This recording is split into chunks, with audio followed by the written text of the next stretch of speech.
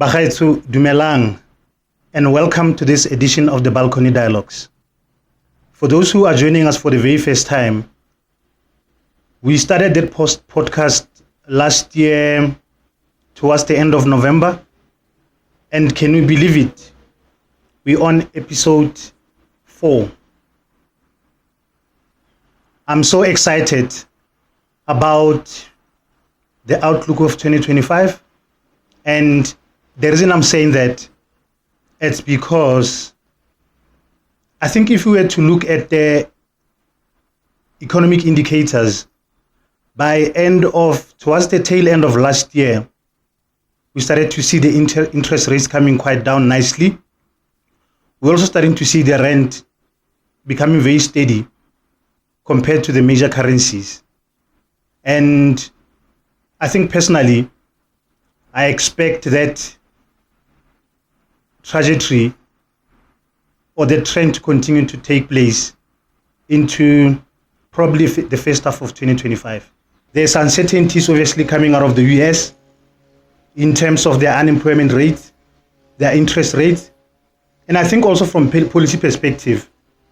So if you remember very well, sometimes last year we started to hear Donald Trump making very blunt statements about the relationship between the US and China, and obviously touching also BRICS. So it's going to be also very interesting when you look at that kind of relationship to see how that's going to pan. But yeah, overall, if you take that out of the equation, I think generally 2025 looks promising, and I can only hope and wish that this year we all win. But as you guys know, for us to win all the time, it's all about the work that you put in. So if you're going to put in the work, I think generally 2025 will look very prosperous for all of us. For this episode, I want us to talk about compliance or the admin of small businesses. So how do you maintain your Cipc registrations? How do you maintain your records with SARS?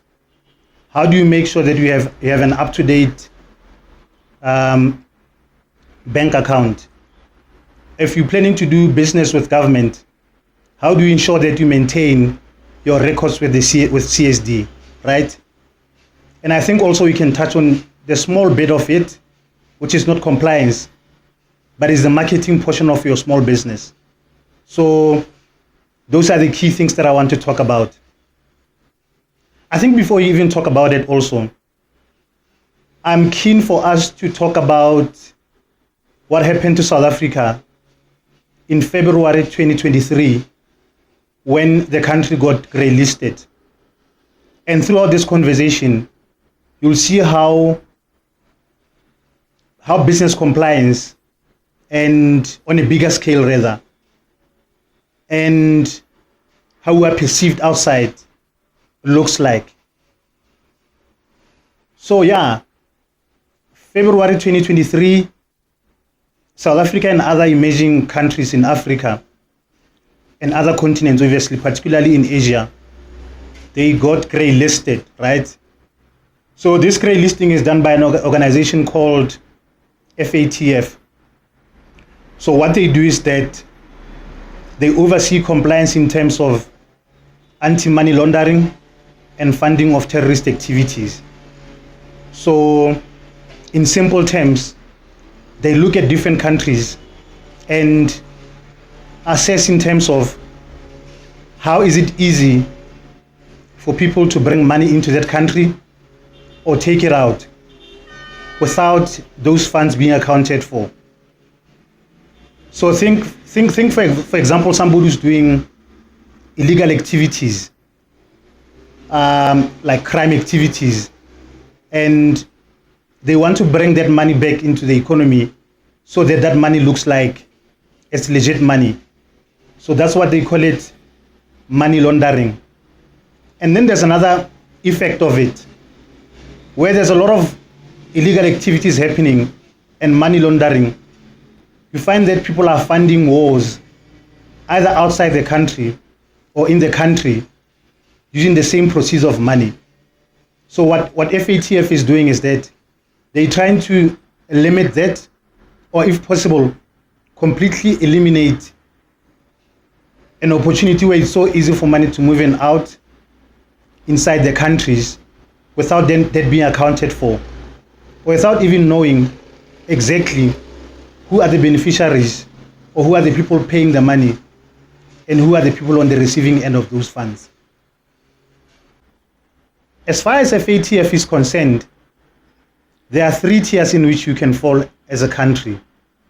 You either comply completely, which then means you in the green, let's call it that, and the grey listing, which is what we at South Africa. You comply to some, but there's some lacking that you need to work on. And then there's a tier they call blacklist. That one is completely like the worst case scenario. And I found that a lot of countries which are there, it's war-torn countries where there's no certainties in terms of will there ever be peace in those kind of jurisdictions. So if you look at countries like North Korea, Iran, and I think the other one is Myanmar. It's somewhere in the Far East. I think closer to, Singapore, Indonesia, somewhere around those regions. So those ones are completely blacklisted. So what then means is that they have like a lot of work then to do for them to get into the green. But coming back to South Africa on how we got in there, FATF has got about, 40 checklists or controls, if you want to call it that. So they're saying that if you comply to all these 40 checklists, then by all means you're good, you're satisfied, you're in the green, you're compliant. We don't have to blacklist or grey list you. By the time we got grey listed, out of the 40 checklists that FATF maintains, I think we were only satisfying 20. So that was like half of what they want. And I think there was no way that we were going to get into the green. And here's the other thing about them also. They're very strict in the sense that you have to satisfy all 40. If not, we put you in a grey list and then you need to do the work in terms of whatever that if you identified, you fix it. So that mandate actually sits with National Treasury. So since the time we were grey listed up until now, there have been traction and actions in terms of making sure that we meet exactly what the FATF would demand from us to get outside the grey list, right? So there's going to be the last assessment. I think there's going to be the final assessment sometime now in Feb in 2025. If they're satisfied with the corrective actions we've made as a country, by all means it means that then we're good and we're into the green. And I think some of you guys may be wondering, why are these things so important? It's important for you to not get either blacklisted or grey listed for a number of reasons. If you don't satisfy FATF demands or their checklist, then it's almost like your credit record is not good. You're not good in terms of managing your affairs. So the core thing for FATF is they want to limit or completely eradicate the movement of illicit funds. So illicit funds, I mean money laundering activities where people are deriving funds out of illegal activities and then pumping the same money back into the economy so that looks like legit money, right? There's also an element of where there's a lot of money laundering, there's a lot of criminal activities happening, there's a lot of proceeds or funds being made out of illegal activities sent out to fund organizations which are like terrorists like your ISIS, for example. So for countries, I mean, for terrorist activity to take place, they somehow need to fund buying armaments, for example. They need to do research. They need to have the army that they pay. They need to buy all sorts of things that's going to make them be able to achieve whatever they want to do as far as terrorism is concerned. So those are the things that FATF is looking at. They're saying that let's bring down money laundering activities and make sure that there's no flow of money that fall through the cracks and end up into the hands of the wrong people or the bad people who are going to be terrorizing us. So if you don't comply, then it means it's very difficult then for you to have, or for your country to attract foreign investments, right? It's very difficult for your country to go, let's say we need money in the country to go buy or to go build a nuclear plant for electricity, for example.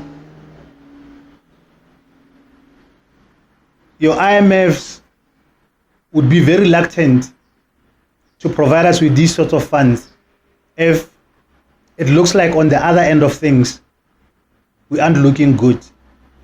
So that's why I'm saying it's so important for countries not to be either grey listed or blacklisted. So you see how I was saying there's a tie between business compliance, and I'm not just only talking about small business. I'm talking about large enterprises which are either listed or private companies, NGOs. Their compliance on a bigger scale, and then looking at how we need to satisfy international demand. This is how all this combines. So we've seen a lot of reforms being done in terms of the CIPC, for example. There's this thing they call beneficial ownership. It was also flagged by FATF that there seemed to be a lot of money flowing inside and outside the country, and we can't seem to account for who are these beneficiaries benefiting out of these activities in South Africa.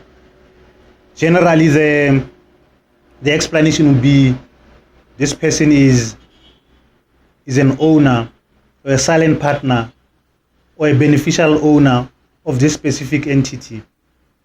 So the reforms that CIPC has done is they're trying to close that loop where they're saying that if there's anyone in a company who's got influence in terms of making decisions, they have beneficial ownership even if they're not listed as directors at CIPC. CIPC wants to know who those people are, their addresses, their IDs or their passports. Because then it means then you're limiting us not knowing who are actually benefiting out of these entities. So then this means gone are the days where you'd have somebody saying, I'm a silent partner of this particular entity. If you're a silent partner, it means somehow when you do your annual CIPC returns, you need to disclose, this is the director of the company, here are their contacts, here are their details, and here are the people who are beneficial or who have direct beneficiation into the existence of that entity. Yeah, so I think that's what I wanted to highlight before we even start to talk about small business compliance. As far as small business compliance is concerned, I want to rather answer the burning question. The burning question is business compliance, is it important? Does it matter for your small business? I'm going to answer it in two ways. If you're running your business from hand to mouth, income comes in and then you just want to use it and then you'll see tomorrow what happens. No ambitions to expand your business enterprise. No ambitions to expand into opening new stores. No ambitions to increasing the volume of your business enterprise and selling more. Then by all means, I can say there's no need for you to comply, because then it's just, a hand-to-mouth thing. There's no ambition for you to really stretch that business entity. But if you're going to wake up tomorrow and then you decide to start a business enterprise with ambitions that I want this thing to explode, I want this business to grow, I want to employ more people, I want to increase my volume and have stores everywhere, or have branches in offices in whatever the case may be, or even expand abroad. Yes, compliance matters. And most of the time, I think I find that entrepreneurs find it, they tend to make it a complex thing. And I'm telling you, it's not. You just have to read and know where to get the relevant information, right? But that is not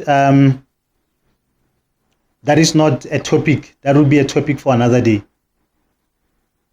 So what I'm trying to say that is, at least have basic admin sorted. Because then if you look into expand into other markets, you are going to have to, at some point, you are going to have to go to the bank and seek funding. They won't listen to you if you don't have these sorts of records that I'm going to talk about.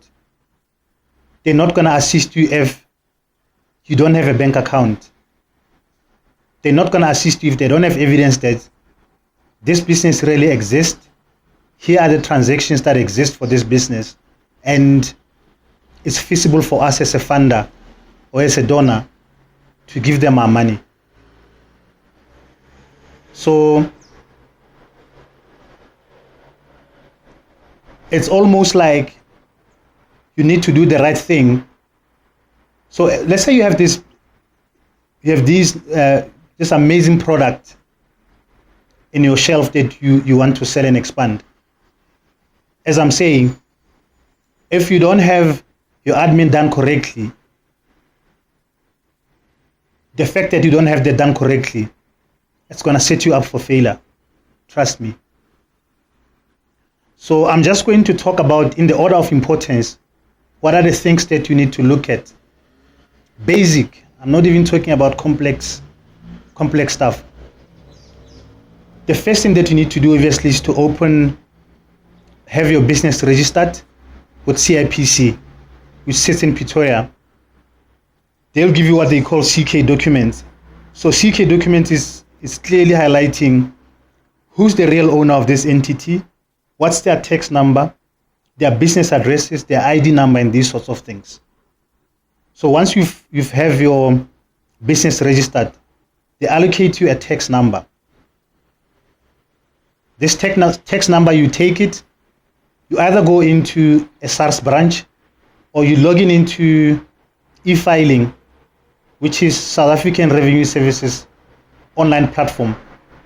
And then now you register for tax purposes. So don't think because you have a tax reference number, it means you registered for SARS purposes. Until you go and register, SARS won't know that you are actually trading or you have ambitions of trading in the short term. Once you've done that, I think even after CIPC, you're good to go to your bank and open a business account. Here's the other thing also. I think it's just a good practice. Do you want to have a business where you're transacting off your personal bank account? Which is not a best practice. So as soon as you have your CK documents, the best thing you can do for you before you even register for SARS, head to the nearest bank branch and open a bank account for your entity. Because then it means when you bill your customers, when your customers are paying money, They pay you directly into your business account.